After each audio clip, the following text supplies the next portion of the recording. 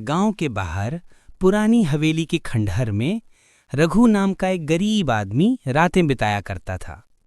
दिन में वो खेतों में मजदूरी करता और रात में वहीं आकर सो जाता।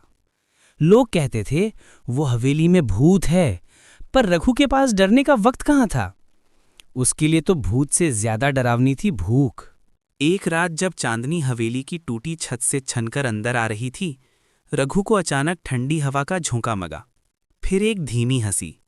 डर मत, मैं किसी को नुकसान नहीं पहुंचाती। रघु ने देखा, उसके सामने धुंध सी बनी एक परछाई खड़ी थी। चेहरा मानो चांद से भी ज्यादा उजला, पर आंखों में गहरा अकेलापन।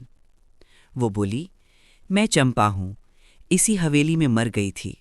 पहले तो रघु कांप उठा, पर धीरे धीरे उसे उसकी आदत हो गई। रोज रात को जब वो थका हारा आता, चंपा उससे बातें करती, कभी उसके बचपन की, कभी उसके सपनों की।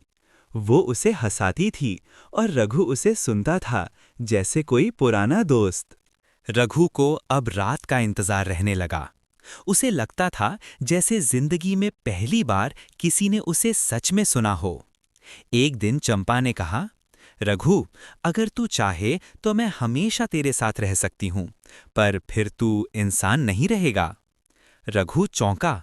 मतलब तुझे भी मेरे जैसा बनना होगा, बस एक बार अपनी जान छोड़नी होगी।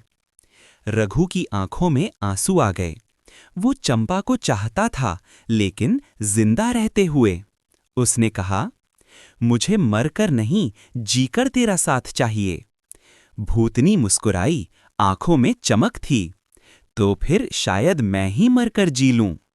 अगले दिन सुबह जब सूरज उगा, गांव वालों ने देखा हवेली की दीवार पर चंपा की पुरानी तस्वीर लगी थी, जिसके नीचे लिखा था, अब वो चैन में है। रघु उस दिन से गायब हो गया। कोई नहीं जानता वो कहाँ गया। पर रात में अगर कोई हवेली के पास से गुजरता है, तो हवा में दो हंसी की आवाजें सुनाई देती हैं, एक इंसान की और एक भूतनी की। अगर आप इस कहानी का दूसरा भाग देखना चाहते हैं, तो प्लीज़ लाइक, सब्सक्राइब और कमेंट ज़रूर करें।